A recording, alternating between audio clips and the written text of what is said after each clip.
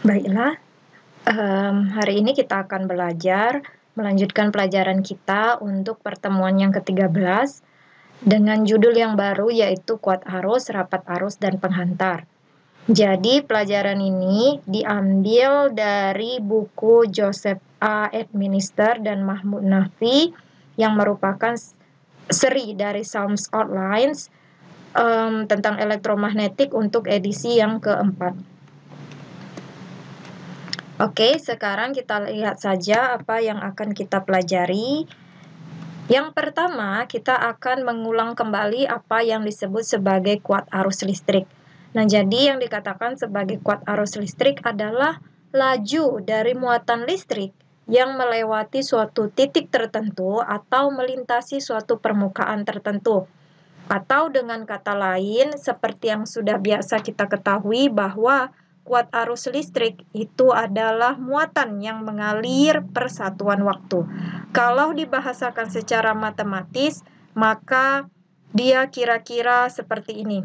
I itu adalah untuk kuat arus listrik sama dengan muatan yang mengalir per satuan waktu. Yang biasanya simbol dari besaran fisis itu adalah dari bahasa Inggris. Namun untuk kuat arus ini diambil dari bahasa Prancis yaitu intensite, makanya dia simbolnya itu I. Kalau selama ini kita mengetahui, terkadang di rumusan itu dipergunakan simbolnya I besar, dan terkadang di suatu rumusan itu dipergunakan simbolnya I kecil, maka sebenarnya ini sama-sama kuat arus listrik, hanya saja dia dipergunakan pada tempat yang berbeda. Kalau I besar digunakan jika arusnya konstan, dan kalau I kecil dipergunakan untuk arus yang merupakan variabel dari waktu. Satuan arus sendiri seperti yang sudah kita ketahui adalah ampere, yang merupakan salah satu satuan besaran fisis yang pokok dengan derivatifnya itu adalah 1 coulomb per second. Jadi dalam hal ini, hukum dasar listrik yang biasa kita pakai itu adalah hukum Ohm, dan hukum Ohm ini biasanya dipakai untuk suatu rangkaian sederhana dari arus searah yang berada pada suatu penghantar yang berbentuk zat padat. Oleh sebab itu, jika muatan-muatan tersebut berada pada zat cair atau gas, maka hukum Ohm ini tidak lagi mumpuni untuk dipakai, sehingga seringnya kuat arus listrik itu sendiri di dalam elektrodinamika dianalisis melalui suatu rapat arus atau current density yang disimbolkan dengan J dan bersatuan ampere per meter kuadrat. Oke, sekarang kita lanjut. Kembali lagi, seperti pembahasan kita sebelumnya, kita selalu mengandaikan bahwa kita memiliki suatu muatan uji, yang kali ini muatan ujinya kita letakkan pada suatu area yang memiliki kuat medan listrik. Nah, jadi seperti yang kita ketahui, jika suatu area ini memiliki kuat medan listrik, artinya di suatu tempat di dekat area tersebut terdapat muatan sumber. Nah, karena ada di sini muatan uji, kita mengetahui bahwa ada interaksi antara muatan uji dengan muatan sumber yang kita simbolkan sebagai gaya Coulomb. Nah, dalam hal ini hubungannya dengan kuat medan listrik, gaya Coulomb adalah besar dari muatan tersebut dikali dengan kuat medan listriknya. Nah, jadi karena adanya gaya Coulomb ini, maka si muatan tersebut pun dia bisa bergerak. Seperti yang kita ketahui bahwa gaya itu menimbulkan adanya perpindahan dari suatu benda. Jadi, gerak dari muatan tersebut itu dengan kecepatan U yang kita sebut sebagai kecepatan hanyut atau drift velocity, satuannya tetap sama meter per sekon. Jadi di sini didefinisikan bahwa kecepatan hanyut dari suatu muatan yang berada di bawah pengaruh kuat medan listrik itu sama dengan mobilitas atau taraf kemudahan bergeraknya muatan tersebut dikali dengan kuat medan listrik yang ada di area di mana tempat muatan tersebut. Nah, bagaimana jika sekarang ini area kita tersebut bukannya vakum? Kalau di bagian yang pertama ini areanya itu adalah vakum. Sedangkan kalau misalkan kita punya muatan yang berada pada liquid atau dia berbentuk cair maupun gas, sehingga ada kemungkinan si muatan tadi ini akan bertabrakan dengan partikel-partikel dari zat cair atau zat gas tersebut. Dalam hal ini memang akan ada kecepatan acak yang timbul antara ketika terjadinya tabrakan antar partikel. Namun kalau mediumnya homogen dan juga kuat medan listriknya itu konstan, maka kecepatan acak tersebut saling menghilangkan dan kecepatan hanyutnya itu sama dengan perumusan yang sebelumnya, yaitu persamaan U sama dengan mu dikali dengan E. Sekarang kita akan melihat hubungan antara mobilitas di sini. Jadi mobilitas di sini itu berbeda pada masing-masing bahan. Dan selain itu, dia juga bergantung kepada suhu dari penghantar tersebut dan struktur kristal penghantar tersebut. Seperti yang kita ketahui bahwa pada suatu susunan kristal, terutama zat padat, itu partikel-partikelnya pada suhu normal itu dia akan bergetar. Nah, ketika suhu suatu zat itu dinaikkan, maka getaran partikel itu semakin tinggi. Karena dia semakin tinggi, maka akan menghalangi mobilitas ataupun taraf kemudahan si pembawa muatan untuk bergerak di dalam kristal tersebut. Nah, hal ini yang kita sebut sebagai hambat jenis atau resistivitas, di mana resistivitas bahan itu akan menjadi lebih besar pada suhu tinggi. Untuk membahas lebih lanjut tentang apa yang disebut sebagai current density atau rapat arus C, maka kita andaikan terlebih dahulu bahwa muatan kita itu bergerak secara konveksi.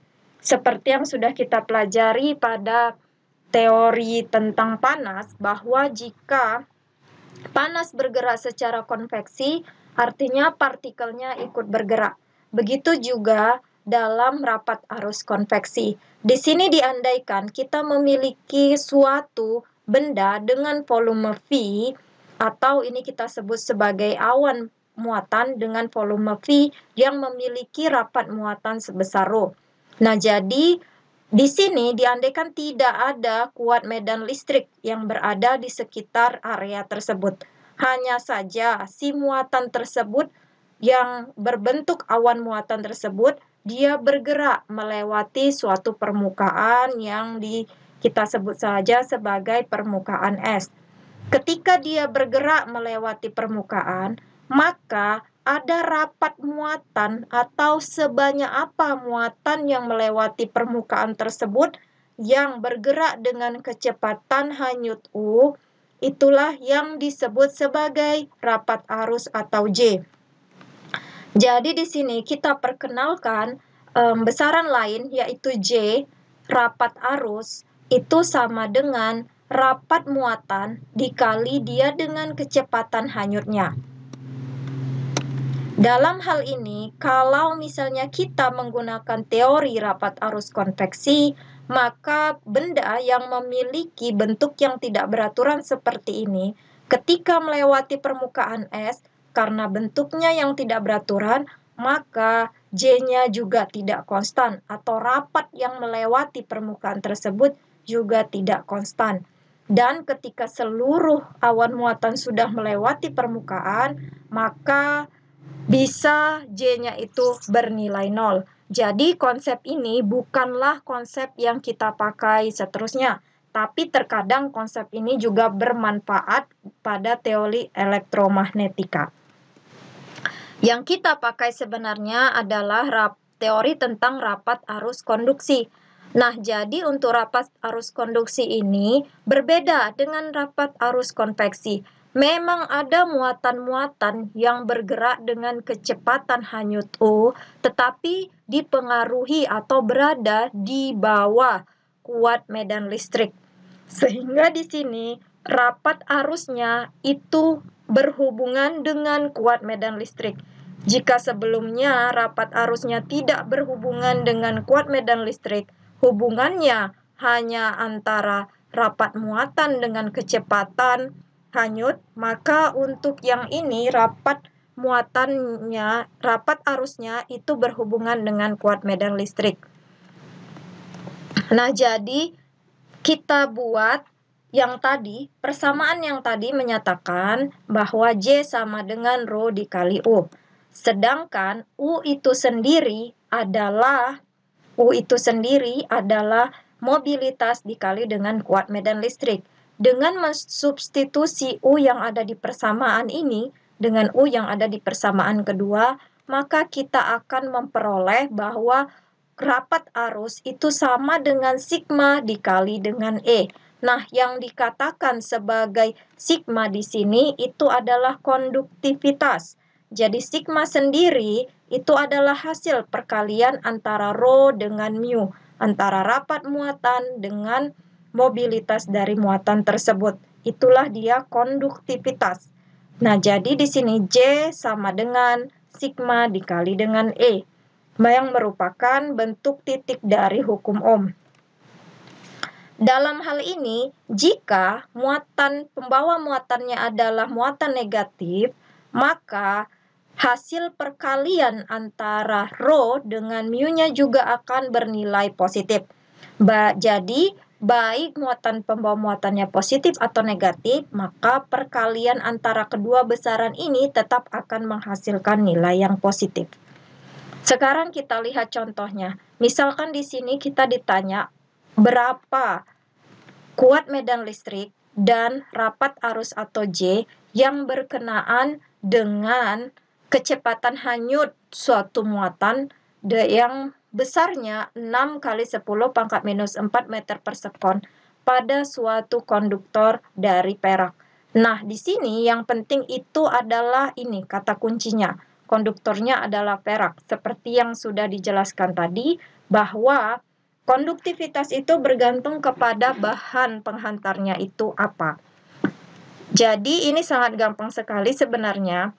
Karena yang ditanya adalah konduktor pada perak, nah kita harus mencari dua besaran ini. Yang pertama kita harus mencari berapa mobilitas perak dan berapa konduktivitas perak. Nah, ini bagaimana cara kita mendapatkannya? Ini sudah ada sebagai hasil eksperimen dan tidak dicari secara matematis lagi. Oleh sebab itu, kalau ingin mencari kuat medan listrik, kita mengingat hubungan antara kecepatan hanyut atau U dengan baik mobilitas maupun dengan konduktivitas. Nah, ternyata kita mendapati bahwa kecepatan hanyut itu memiliki hubungan dengan kuat medan listrik dan mobilitas yang diberikan oleh persamaan U sama dengan mu dikali dengan E. E itu sendiri sama dengan, sehingga dari persamaan ini kita dapatkan E sama dengan U per mu. Dan kalau dihitung, maka kita akan mendapatkan besar kuat medan listrik pada penghantar tersebut. Karena kita sudah mendapatkan besar medan listrik dan kita sudah mengetahui berapa konduktivitasnya, maka kita bisa mencari rapat arus dengan hubungan J sama dengan sigma dikali dengan E. Oke, nah sekarang kita beranjak ke konduktivitas. Seperti yang sudah pernah dijelaskan sebelumnya, bahwa konduktivitas bahan itu bergantung pada ikatan kimia apa yang terbentuk dari bahan tersebut. Jadi, yang kita ketahui secara garis besar ada 3 ikatan kimia. Ada ikatan kovalen, ikatan ionik, dan ikatan logam. Nah, jadi untuk ikatan kovalen, elektron valensi itu dipakai bersama-sama antara dua atom yang saling berikatan. Sehingga tidak ada elektron yang bebas yang bisa sebagai pembawa muatan jika bahan tersebut berikatan secara kovalen. Inilah yang terjadi pada bahan yang bersifat insulator. Sedangkan untuk ikatan ionik, adanya transfer elektron dari suatu atom yang bisa melepaskan elektron dengan mudah dengan atom yang sangat mudah menerima elektron. Karena adanya proses ini, maka di sini tidak juga ada elektron valensi, kecuali jika senyawa yang tergabung di dalam ikatan ionik ini tadi, dia dilarutkan di zat cair, contohnya air, sehingga menyebabkan ionnya itu menjadi terlepas satu sama lain, menjadi ion positif dan negatif yang masing-masing dapat sebagai pembawa muatan. Nah, lalu untuk senyawa-senyawa yang mereka terbuat dari ikatan logam atau metallic bonding, nah, antar masing-masing atom tersebut sangat mudah melepaskan elektron dan tidak ada yang mau menerima elektron valensi tersebut. Sehingga elektron valensi itu akan membentuk lautan elektron yang dapat juga sebagai pembawa muatan pada suatu bahan. Inilah yang terjadi pada konduktor. Sehingga pada konduktor itu jika bahannya berikatan secara logam, maka dia akan bersifat konduktif. Hubungan yang kita dapatkan sebelumnya bahwa sigma ataupun konduktivitas, atau ini satuannya Siemens per meter, itu sama dengan kerapatan muatan dikali dengan mobilitas dari muatan tersebut. Jadi pada berbagai zat itu dia akan memiliki nilai dari sigma yang berbeda-beda. Yang pertama, kita lihat untuk zat cair ataupun zat gas, seperti yang sudah diterangkan sebelumnya, bahwa pembawa muatan di situ adalah ion positif dan ion negatif yang dia saling bebas. Nah, jadi konduktivitas dari benda yang seperti ini itu sama dengan berapa total dari konduktivitas untuk ion negatif ditambah dengan total dari konduktivitas ion yang positif. Tentu saja, jika ini kita pergunakan dalam teori arus konduksi, akan dipengaruhi oleh kuat medan listrik. Ion-ion tersebut yang berbeda muatan akan memiliki arah yang berbeda juga. Nah, tetapi secara total dia akan bernilai seperti ini. Yang kedua, kita lihat pada konduktor. Pada konduktor, pembawa muatannya itu dia hanya satu jenis saja, misalkan elektron. Nah, jadi elektron ini seperti yang sudah kita bahas, konduktivitas di dalam konduktor tersebut itu sama dengan rapat muatan dari elektron dikali dengan mobilitas dari elektron. Sedangkan untuk semikonduktor itu agak sedikit berbeda. Yang dikatakan bahan semikonduktor adalah bahan yang ikatannya bukan ikatan logam, tetapi ikatan kovalen. Nah, jadi ikatan kovalen tersebut menjadikan si semikonduktor tersebut itu memiliki band gap atau energy gap antara valence bands dengan conduction bands. Jadi sebenarnya pada kondisi normal, karena ikatannya kovalen, tidak ada elektron yang bisa sebagai pembawa muatan. Hanya saja jika material semikonduktor ini diberikan sedikit energi, maka elektron tersebut akan bisa loncat dengan menerima energi tadi dari valence band menuju conduction band. Oleh sebab itu, loncatan elektron tadi menyebabkan di sini akan ada hole. Jadi yang bagian kosong ini adalah hole, adalah tempat di mana elektronnya sudah pindah. Jadi kita lihat di sini pada conduction band terdapat 3 elektron, sedangkan pada valence band terdapat 3 hole. Jadi semikonduktor itu konduktivitasnya itu berupa pasangan elektron hole atau elektron lubang. Konduktivitasnya adalah hasil perkalian antara mobilitas elektron dengan mobilitas dan rapat muatan elektronnya ditambah dengan rapat muatan hole dikali dengan mobilitas dari hole itu sendiri. Kalau digambarkan seperti ini, hole itu sama seperti muatan positif, sedangkan elektron itu sama seperti muatan yang negatif. Jadi mereka akan memiliki arah yang juga berlawanan pada suatu medan listrik yang homogen. Oke, jadi sampai di situ dulu. Jika ada pertanyaan, silakan ditanyakan terlebih dahulu, baru kita akan lanjut yang berikutnya.